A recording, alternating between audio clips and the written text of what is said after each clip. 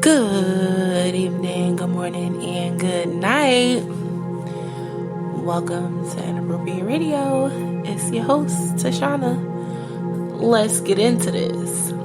So, hi guys. Not sure if you've been following along, but we started a new series. This is actually the first formal segment. We did our introduction segment where we are going to be exploring alien spacecraft or any celestial activity, right? And we're going to compare that activity and the dates surrounding these activities to different things. So we're going to compare it to the birth and death of influential people. We are going to compare it to catastrophic weather events. We're going to also consider the banning or writing of laws into the bills or like anything that is related to something that can directly affect a whole mass of people at one time, right? From one event, okay? Catastrophic weather can be a hurricane, tornado, a blizzard, a wildfire, excess precipitation, dust storms, damaging winds, floods, lightning. Basically anything that can kill masses, and it will demand a relocation as a result, okay? There are also going to be things added to the conversation later on if it makes sense for us to add it, if it is correlated. Okay, so basically anything dealing with celestial activities are also a part of this conversation. Okay, the gist here is to support my download, okay, which is basically that these alien craft ships or spaceships are basically giving rides to energies, right? That have vessels, okay? A lot of the energies and entities that we deal with, they're either vibrating too low or too high to have a vessel for this dimension on this timeline, okay? These rides are pretty much for the beings that are not intergalactic. Okay? So they have vessels, or they're just energies that are vibrating on a frequency that is not compatible with the dimension that we're currently in. Okay? Now, initially, my download was that there are exchanges that occur when these airspace vessels or ships or planes, whatever you want to refer to it as, they come here and there's an exchange, right? They drop energies off or they pick energies up. Now, these energies can be people, they can be actual spirits, they can be ideas, This energy is referring to a plethora of things, right? But as I begin to sim with the information, the creator gave me more information because I asked, right? Now remember, it's important to remember that the timing of the galaxy is not of that of the world, right? It's a totally different way of measuring time. So keep that in mind as we phase through this series, because it's going to be a series. There's no way we can cover this amount of information in a 15-minute segment, okay? So yeah. Now, I wanted to start out with the different time cycles that we have. It's only right, and it's going to make sense later, okay? Now, I'm going to start out with the galactic year, or it's also known as a cosmic year, which is a time frame that ranges from 225 to 250 million Earth years, okay? This is the period of time that it takes for the sun to orbit one time around the center of our Milky Way, okay? Of our galaxy, okay? Not to be confused with the light year. A light year is the distance that light travels in a year, okay? This is about 300 million meters.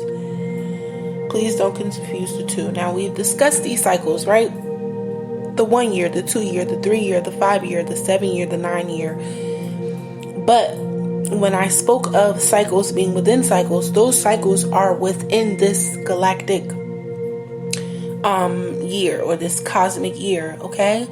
Now, I'm going to call off the main ones, okay? So we have the 360 year, that's the total eclipse. Then we have the 220 year cycle, okay, which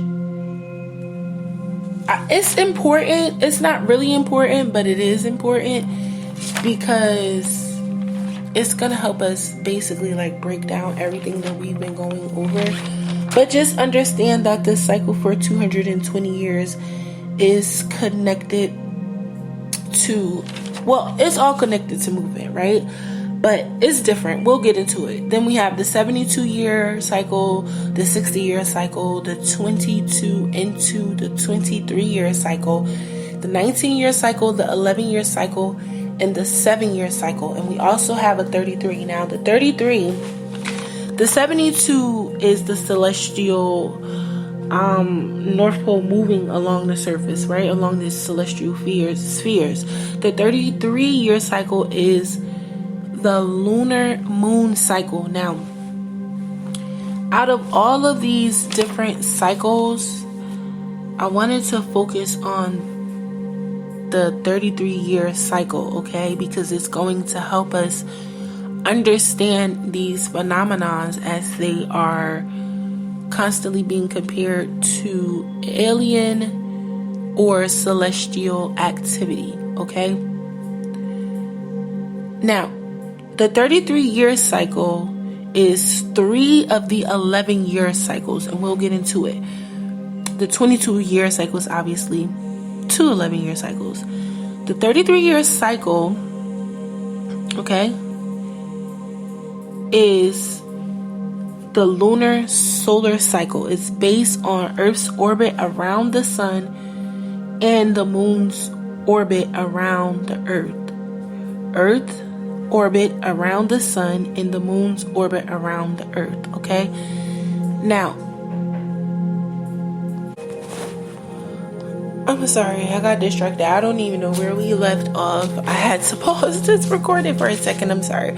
But, so yeah, we have this 33 year cycle, okay? And that might be the most important one, okay? Because in a nutshell, this 33 year cycle is when the sun and the moon are aligned, okay?